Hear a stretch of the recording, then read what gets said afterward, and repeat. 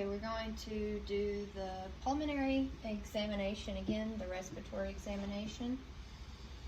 And at first I'm going to start inspecting, and I'm inspecting the anterior portion of the chest area. And here I'm looking for any evidence of respiratory distress, and I'm looking for looking for his facial expression. I'm noticing any pursed lips or any nasal flaring.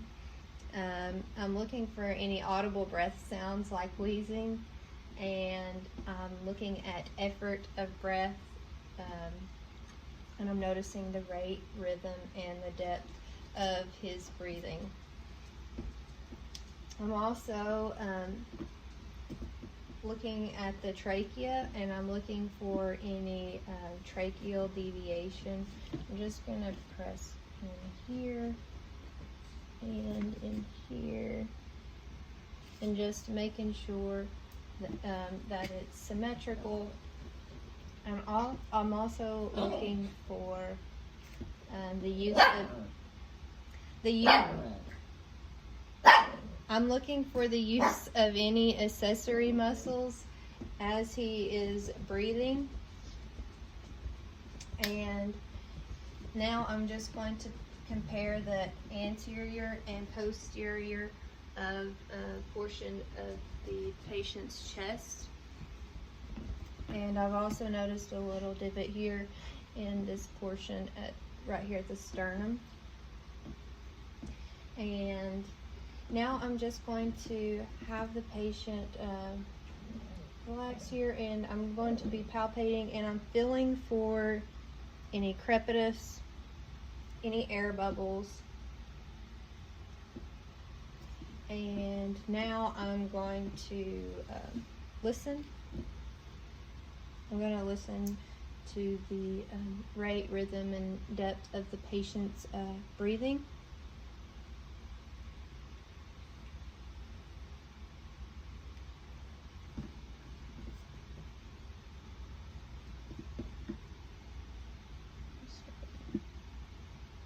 Inhale and exhale. Inhale, exhale.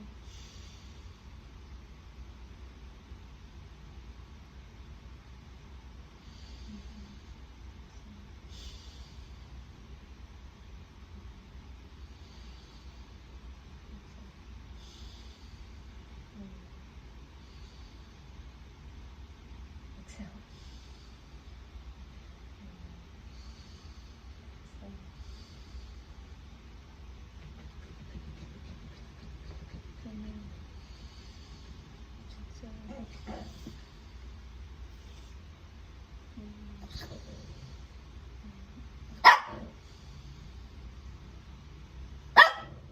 I'm also going to auscultate up here and listen.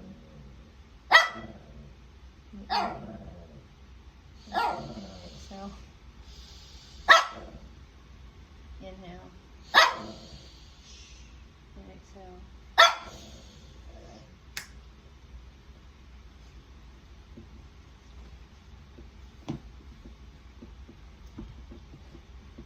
And there I was looking for any adventitious breath sounds. I'm looking for any wheezing.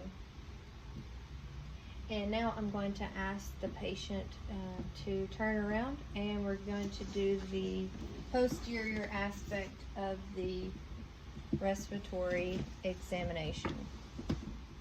And again, here I'm just looking for any evidence of respiratory distress, looking at the color, looking at the spine, looking for symmetry, and I'm just inspecting that, and also noticing, looking for I've already done the anterior and posterior diameter of the chest, and now I am going to do some palpation.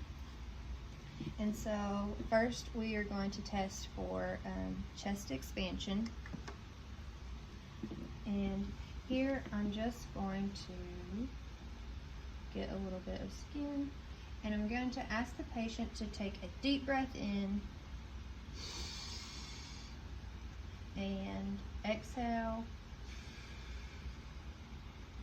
And there we were just looking for symmetry and to check for the expansion there.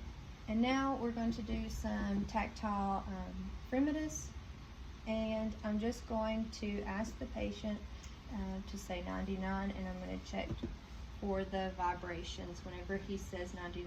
So at any point that you feel me touch your back, if you could just say 99. 99. 99.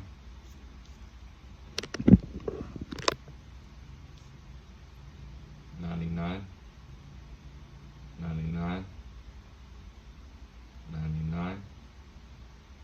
99.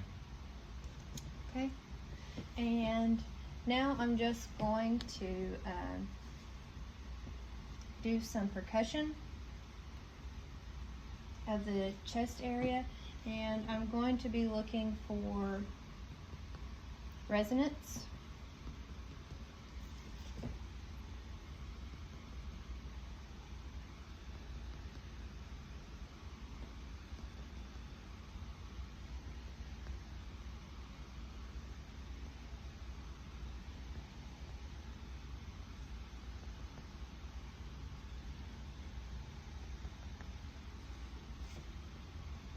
And here is where I heard the dullness. And so at this point, I'm going to do the excursion. So I'm going to have the patient inhale. And I'm going to check again.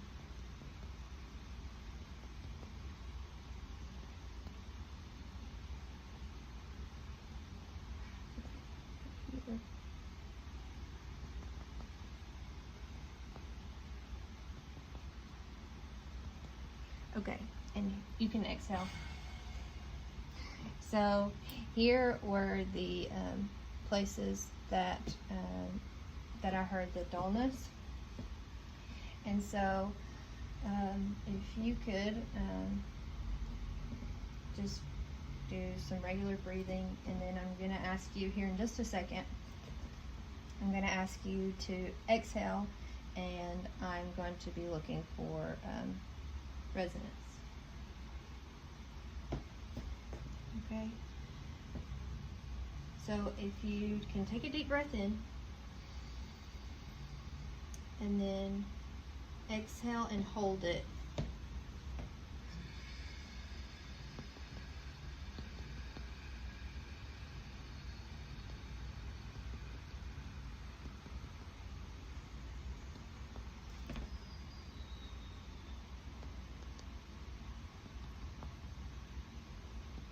Okay, so here is where I heard the resonance, and then here was the dullness. So I'm just going to measure that.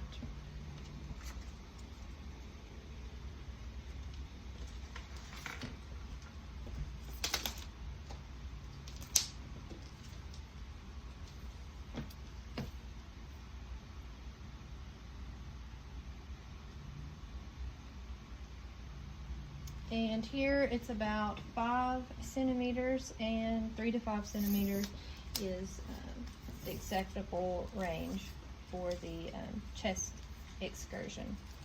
So now I'm just going to auscultate, and I'm going to listen for breath sounds, and I'm listening for any adventitious breath sounds.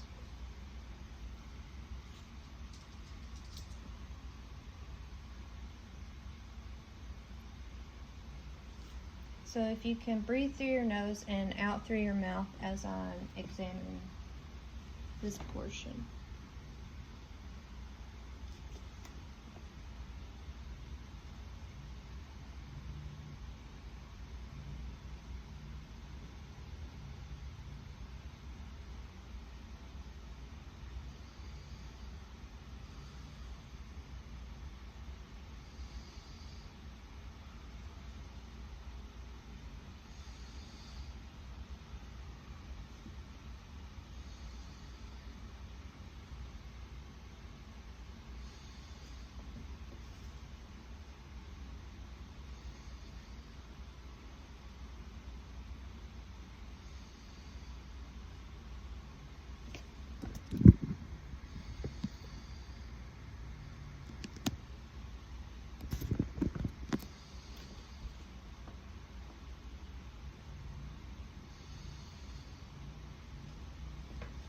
Okay, and I was noting the rate and rhythm and looking for adventitious breath sounds, which I didn't hear any. And now I'm going to do a series of transmission voice tests, and I would perform these if I suspected that a patient might have some consolidation in the lungs, or if I suspected pneumonia. So for the first test, I'm going to do the bronchoscopy test, and I'm going to ask the patient to say the word 99 again, and I'm just going to see if I hear a muffled sound or if it sounds clear.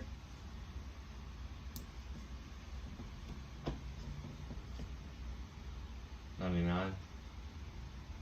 99. 99. 99. 99. 99. 99. 99. 99. 99. 99. 99. Okay, and those should be a little bit muffled. If you heard them clearly, then that would mean that there's some consolidation in the lungs. So the next test I'm going to perform is the egophony test. And here I'm going to have the patient say the letter E. And I'm looking to see if I hear an A sound.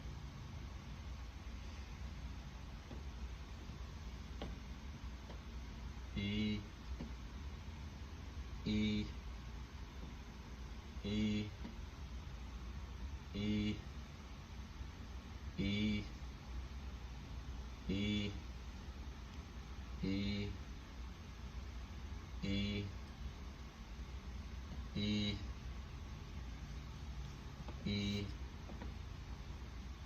E.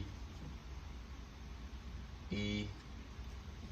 Okay, and I was looking for the A sound, which I didn't hear. If I heard an A instead of the E, then we would consider that consolidation in the lungs. And so now I'm going to do the whisper test, and I'm going to have the patient whisper 1, 2, 3, and if I can hear that, then that means there is some consolidation in the lungs.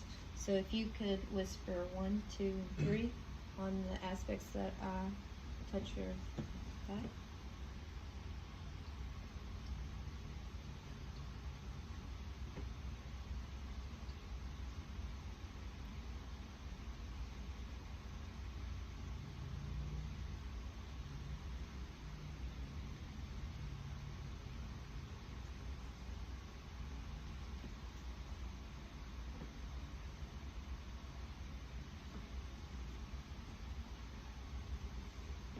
And I didn't hear any, I couldn't hear anything. If I did hear the 1, 2, 3, if I could clearly hear it, then that would mean that there is consolidation in the lungs. And this will end the respiratory portion of the examination.